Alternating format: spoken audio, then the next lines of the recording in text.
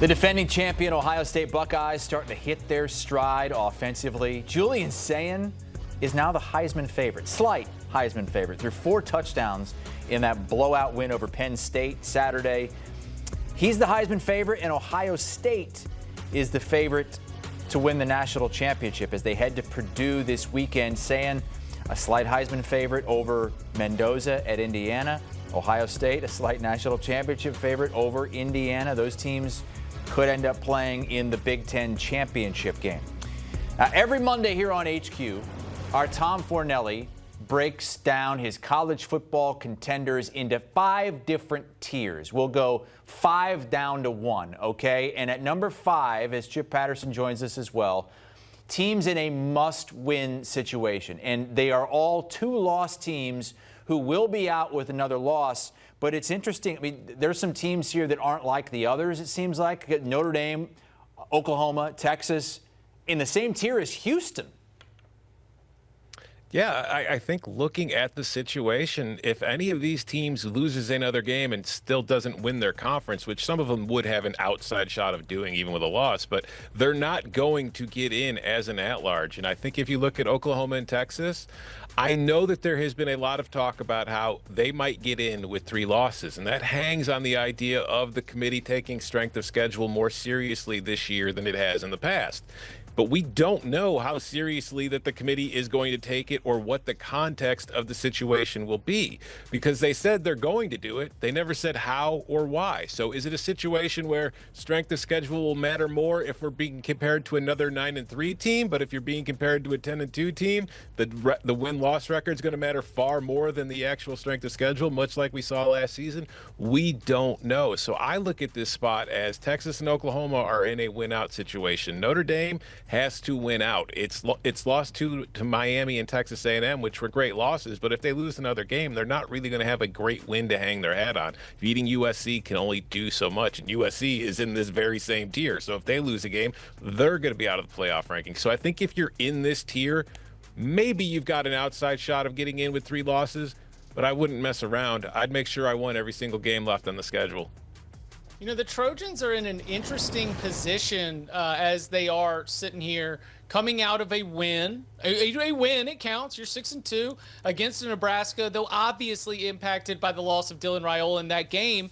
And Lincoln Riley, as usual, had some comments and some complaints about traveling all the way back to Los Angeles and short turnaround. But you know what, Lincoln?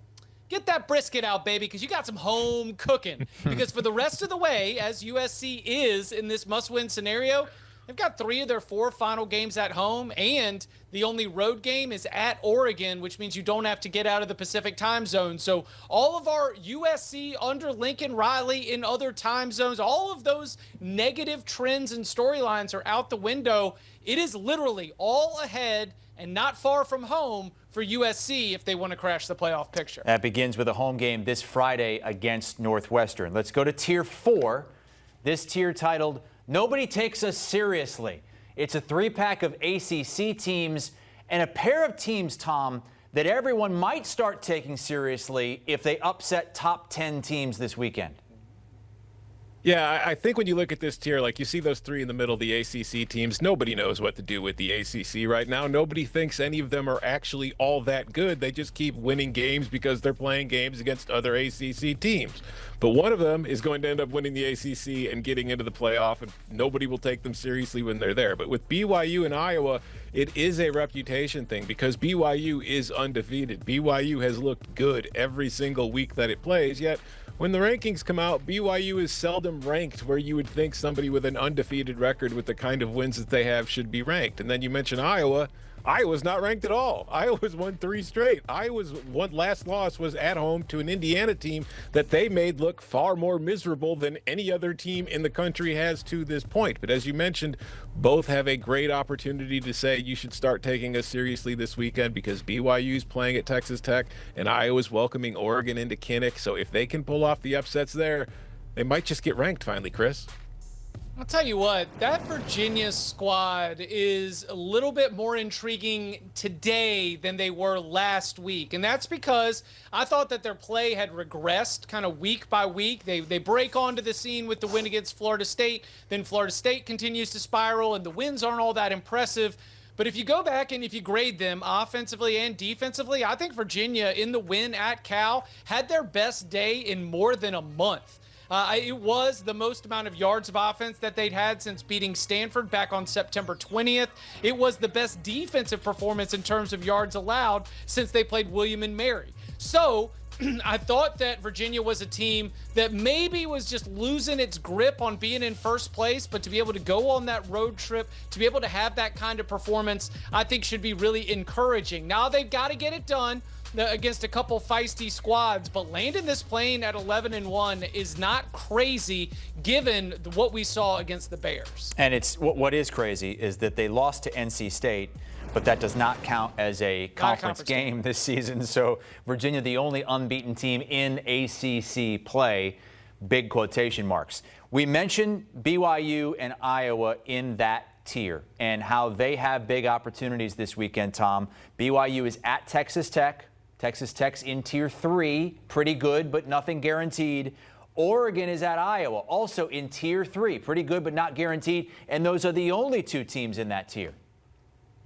Yeah, these are two programs, I think, that when you look at them, you expect that they're going to be in the playoff hunt until the end of the year, and you think that they've got a very good shot of being in the playoff. I still think, despite the record, overall, Texas Tech is the best team in the Big 12, and they are my favorite to win the conference. And I look at Oregon as the third best team in the Big 10, which gives them a solid shot of getting into the playoff. It's just, I don't think either team is as invulnerable as they looked even a few weeks ago. We've seen Texas Tech dealing with injuries. They've got Baron Morton back at quarterback last week, but he has a long injury history, and their backup, Will Hammond, who's had to play plenty because Morton's missed games, he's out for the year with a torn ACL. So they are one play away from losing Morton for a while, which would really have an impact because they'd be down to their third string quarterback. So we can't take anything for granted. And then with Oregon, we looked at that double overtime win, just kind of hanging on and surviving Penn State on the road as a huge moment, and it was.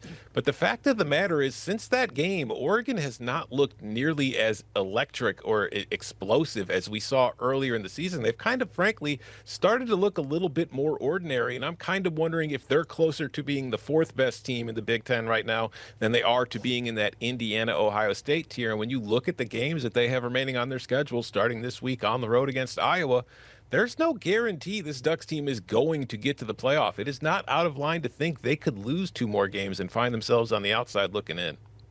Yeah, I did not think I would be saying this on September 1st. I did not think I would be saying this on October 1st. But we're sitting here just after the 1st of November. And gentlemen, I think Oregon at Iowa is one of the most important games of the Ducks season. You've had a week off after a not so great performance last time out when you were going up against Wisconsin. You obviously were able to thump Rutgers in your bounce back after Indiana, but Tom's right. With a little bit of context and a little bit of space, it is hard to string together a lot of performances against quality competition that really wow you when it comes to this Oregon squad.